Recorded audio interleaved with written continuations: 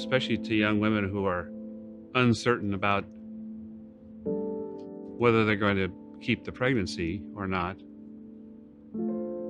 It's the real beauty of it is that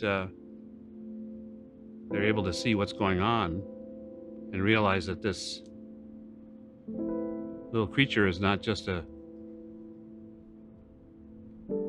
glob of cells, but a real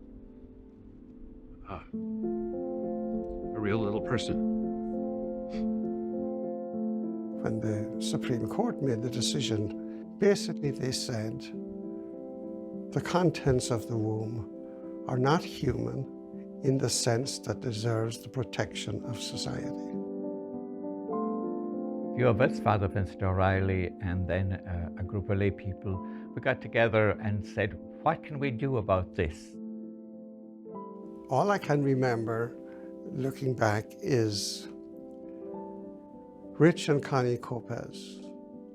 This young couple from Southern California were up and they were so interested in this issue. I grew up next door to a lawyer who came to Sacramento to testify against the Bielenson abortion bill a long time ago.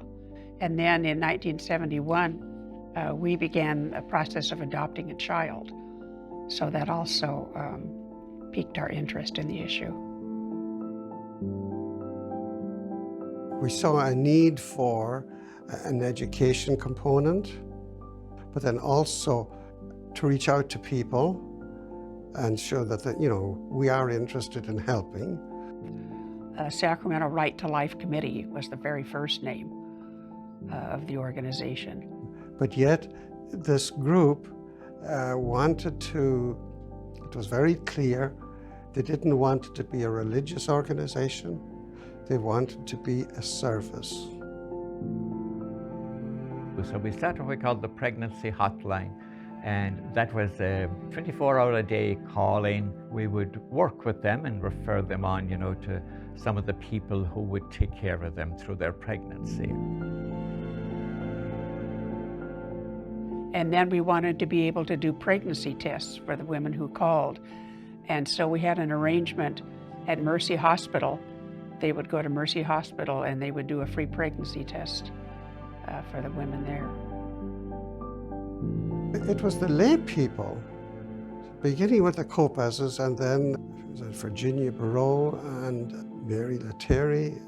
They were so wonderful in that. And then the education field, Dr. Frank Lassie, he could help us and educate us on the science of the issue. We didn't have today ultrasound and all of that. So we had pictures of fetal development. It is human life. A few years later, I was at a hotline meeting, and this woman came up to me and said, I saw you on TV a few years ago, and at the time I was pregnant and thinking of having an abortion, and you changed my mind, and here's my daughter. And there's this little 3-year-old girl standing next to her.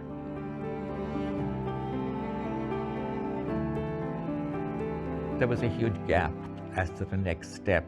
Maybe the first challenge was a certain amount of ignorance, The people who would be pro-abortion liked to look on places like the Life Center as kind of amateurs, people who weren't properly trained, and would do the woman damage, and they didn't have their license and all that.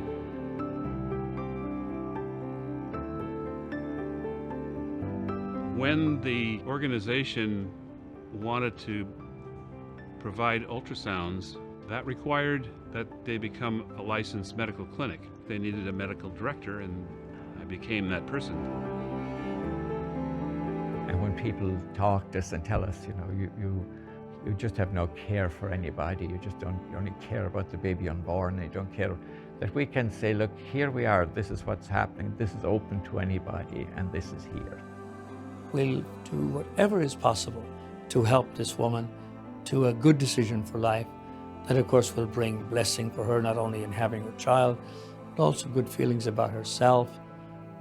Women can come here and, without judgment, see that There's more than one way, and that perhaps they aren't as cornered as they thought that they were.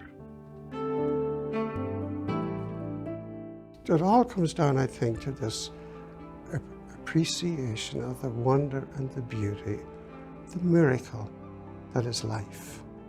And that, as far as we know, we human beings are the only part of existence that has the capacity to help to make it better or to destroy it.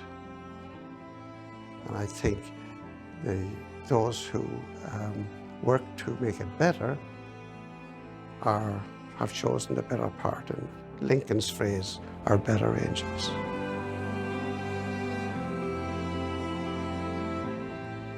So to me, without the people that were first involved in that board, what's in existence today might never have happened. There are a lot of 50-year-old people in Sacramento walking around today alive because their mother was helped by the Life Center.